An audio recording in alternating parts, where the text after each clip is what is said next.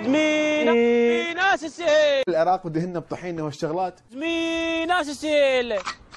الكويت. لا مستحيل، المسألة صارت إقليمية ودولية. العب. مين ناس السيل. بغداد. دقيقة جابك هنا أول شيء، ثاني شيء أريد تقول للناس شنو سبب هاي بغداد؟ هاي؟ ايه سويتها مرة قالوا لي حلوة شلبت بيها. زين ليش شلبت بيها؟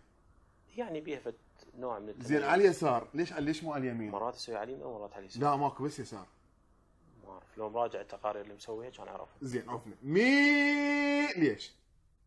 يعني صار بي حادث مرة، يعني احتجزت، فضابط من الضباط راد يقص لساني، فلحد الان يعني اسوي هذا الشيء، اطول بصوتي، اقول له لحد الان ان لساني طويل بالحق وبنقل الوقائع والحقائق. يعني من باب انه صوتي مسموع. أكيد. وانا اذا اطلع صوتي فمي ناس. ليش مو مي ناس السهيل؟ زين انت ليش اخترت برنامج ليفا؟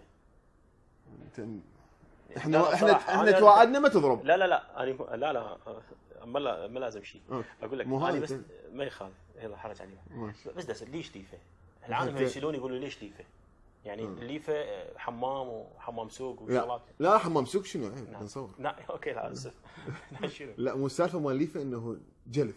يعني يا مسؤوليتي تغسله. لا احنا استغفر الله، ما لنا علاقه بالمسؤولين ولا لا يا عمي عرفنا السالفه شباب. انا اعرف الغسل بس ببلاي ستيشن، مو برنامج يعني تلفزيوني واعلامي. هو غسل اي هسه مثلا تروح شركه السياره فتنغسل انت مثلا يقصوا عليك بخمسه. اخ ويبقى برنامج ليفا الاكثر سخريه في العراق بعد انتقاده الشديد لمسؤولين حكوميين، وزراء وبرلمانيين وحتى مدراء عامين. لبرنامج ليفا